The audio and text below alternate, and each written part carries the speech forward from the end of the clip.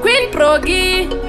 Dombiela Sengweni Chivas Spaka Shaka Raite Bana Chituzakira chipelani wena chakeni Sinela lelo ungataleli kabegeni Chipelani lako chituzekani pawa inoche Ungalavi kuni wiselati makeni Ewana kezane masenya ni kumeshengane Tena na kuchinela chipelani Ewena makao kani Tata wani kumbe chakeni Tana utani chinela chipelani Ewana kezane masenya ni kumeshengane Tena na kuchinela chipelani Ewena makao kani Tata wani kumbe chakeni Tana utani chinela chipelani Ewena masenya tanzodisa Langu taikwa wabani langu tisa Loko ni china barurumela Kai kwa wabata mawasi Chiniza chizo chiupe kutane halandako Ungani nyumi china kunele makao kani Loko uchina nyana utana ndekala Loko liela ndakushabela ingwanikani Ewena kezane masenya ni kumeshengane Tena na kuchinela chipelani Ewena makao kani Tata wani kumbe chakeni Tana utani chinela chipelani Ewena kezane masenya ni kumeshengane Tena na kuchinela chipelani Ewena makao kani Tata wani kumbe chakeni Tana utani chinela chipelani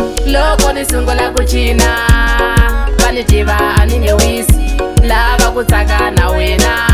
Lava kuchina na wena Munu atakukoma univangile Utazivona kuriseni chichile Ungarivali chipaleza nitomile Ampune banga chisutini nitomile Ewena kezane masenya ni kumeshengane Tena na kuchinela chipelani Ewena makao kani Tata wani kumbe chakeni Tana utani chinela chipelani Ewena kezane masenya ni kumeshengane Tena na kuchinela chipelani Ewena makao kani Tata wani kumbe chakeni Tana utani chinela chipelani Ewena masenya tanzodisa Langu taikwa wabani langu tisa Loko ni china barurumela Kai kwa wabata mawasi Chiniza chizo chiupe kutane halandako Ungani nyumi china kunele makao kani Loko uchina nyana utana ndekala Loko liela ndakushabela ingwanikani Ewena kezane masenya ni kumeshengane Tena na kuchinela chipelani Ewena makao kani Tata wani kumbe chakeni Tana utani chinela chipelani Ewena kezane masenya ni kumeshengane Tena na kuchinela chipelani Ewena makao kani Tata wani kumbe chakeni Tana utani chinela chipelani